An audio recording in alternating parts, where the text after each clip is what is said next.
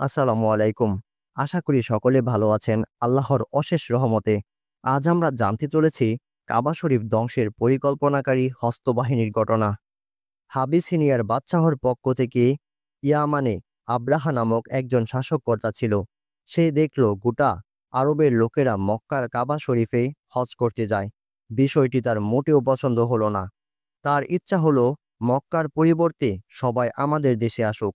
এই লক্ষ্য বাস্তবায়নের জন্য সে ভাবল, কাবাগৃহের অনুকরণে আমাদের এখানে একটি উচ্চ মর্যাদাসম্পন্ন গির্জা নির্মাণ করব। তাতে বিনোদন ও উচ্চ চিত্রাকর্ষণের সব ধরনের উপায় উপকরণ থাকবে। তাহলে সর্বোচ্চ জাঁকজমকপূর্ণ।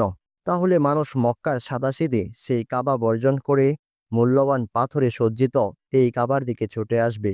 এতে মক্কার হজ পর্ব বন্ধ হয়ে যাবে। সে উদ্দেশ্যে ইয়েমেনের রাজধানী থানায় একটি কৃত্রিম কাবার ভিত্তি স্থাপন করে সেখানে সে মন খুলে টাকা পয়সা ব্যয় করে।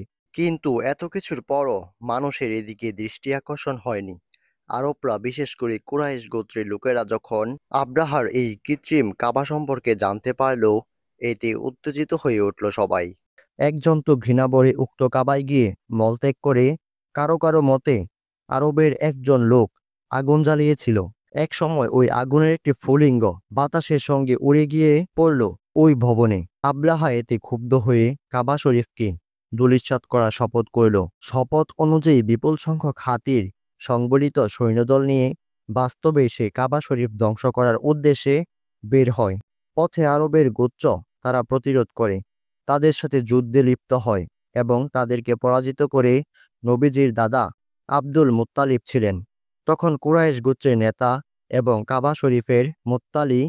তিনি এই সংবাদ জানতে পেরে বললেন, লোক সকল, তোমরা নিজেদেরকে রক্ষা করার ব্যবস্থা করো, কারণ মালিক নিজেই কাবাকে রক্ষা করবেন।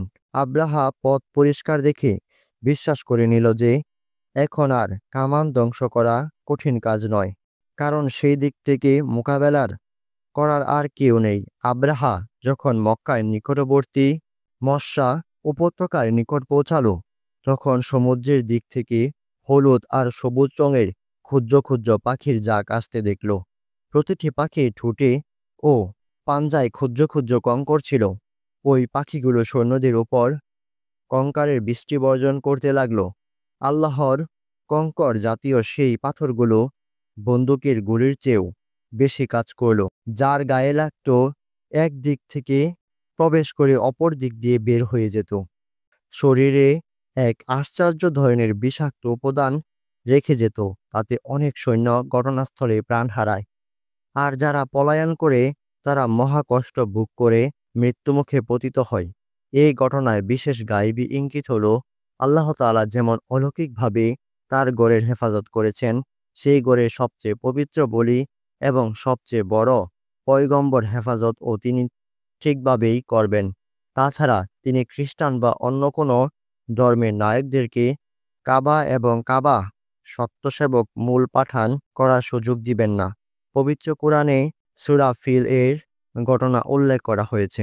প্রিয় দর্শকবৃন্দ, এই ছিল আমাদের আজকের ভিডিও। পুরো ভিডিওটি ভালো লাগলে একটি লাইক দিয়ে চ্যানেলটি সাবস্ক্রাইব করবেন।